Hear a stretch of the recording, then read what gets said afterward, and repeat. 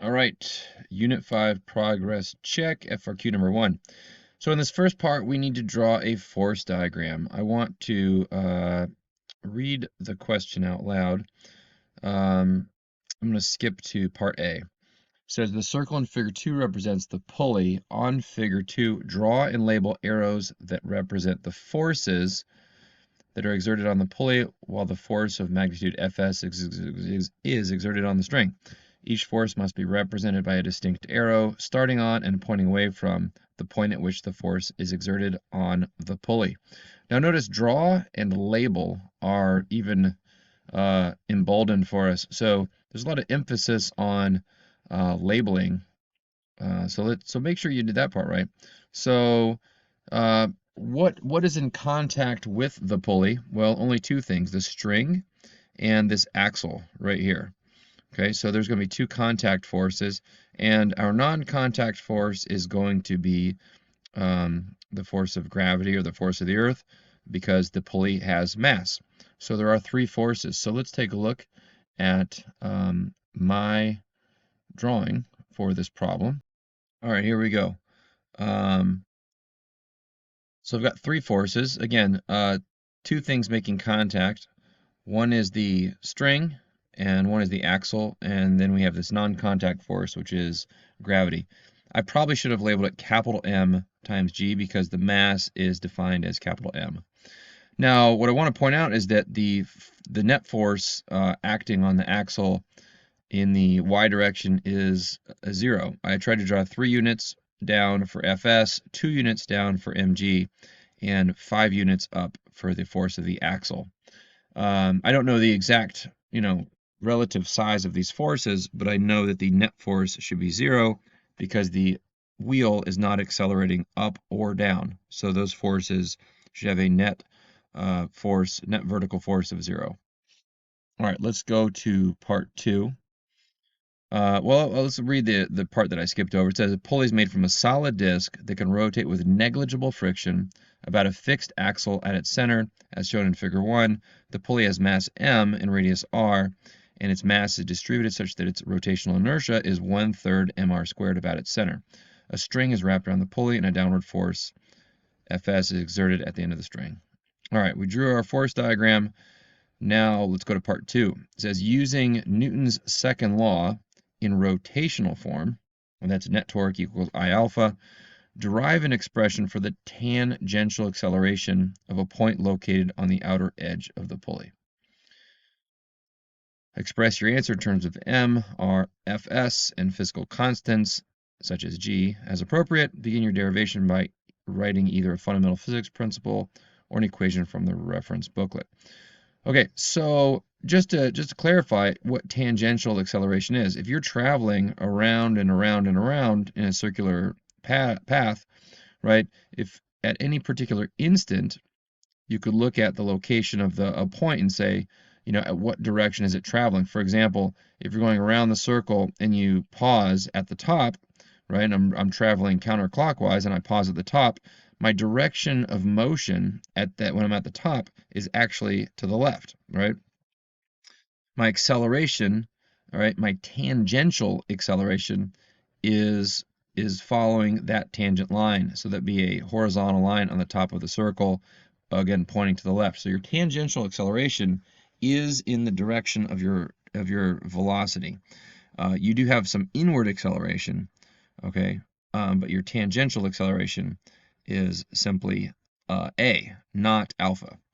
All right, so let's go to the derivation. So started with net torque equals moment of inertia times alpha, angular acceleration.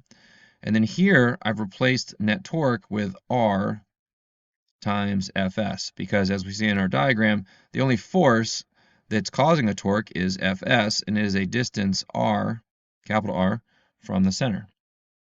So that's my net torque, is just from that force.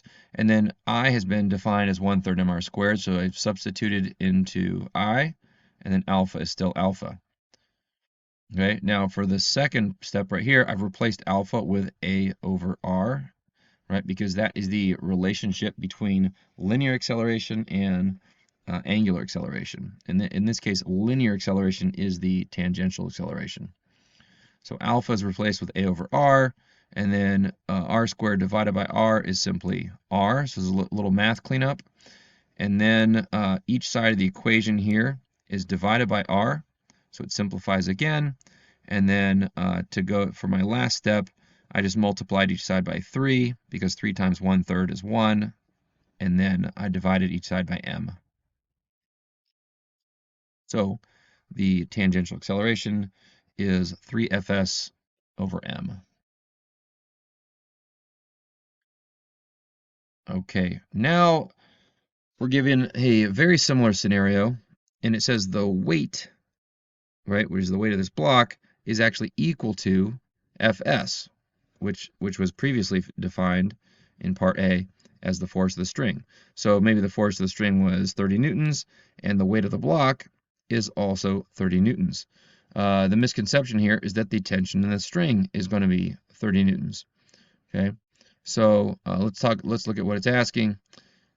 It says next the string is wound back onto the pulley in a block with a weight equal to Fs. That is the key right there. It's hung from the end of the string. As shown in figure 3, the block is released from rest and accelerates downward, and the pulley has an angular acceleration of magnitude alpha subscript b. Indicate how alpha b compares to alpha a, right? Where alpha a is the situation up here. Sorry. There it is. Okay, so how do these situations compare?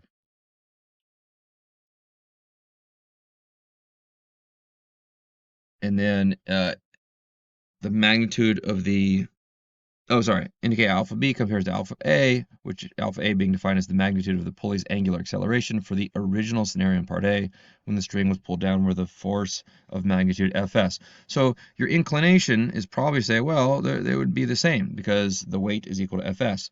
But the way to think about it is modeling the forces on the pulley wheel, not the system as a whole, right? And the reason why you don't want to choose systems is because in this case right here, if you say, well, what is my system? And I say the pulley, then my external force is Fs.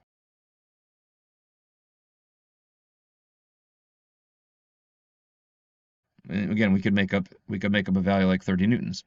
And then I could say, okay, in this case, I also have an external force, 30 newtons. But now the system is different, right? Because the system would include the block and the pulley wheel. So it's not really an apple-to-apples comparison unless we have the same system.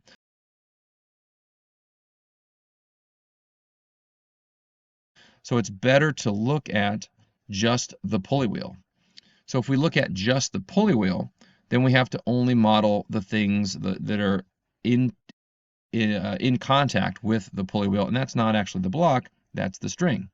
And the tension in the string is not 30 newtons. And let's show you why. So if you go over here and you look at these two scenarios, they look very similar, right? A and B, because the weight is equal to Fs, but when you draw a force diagram, the tension force on the left is not the same as the tension force on the right, that pulling force Fs.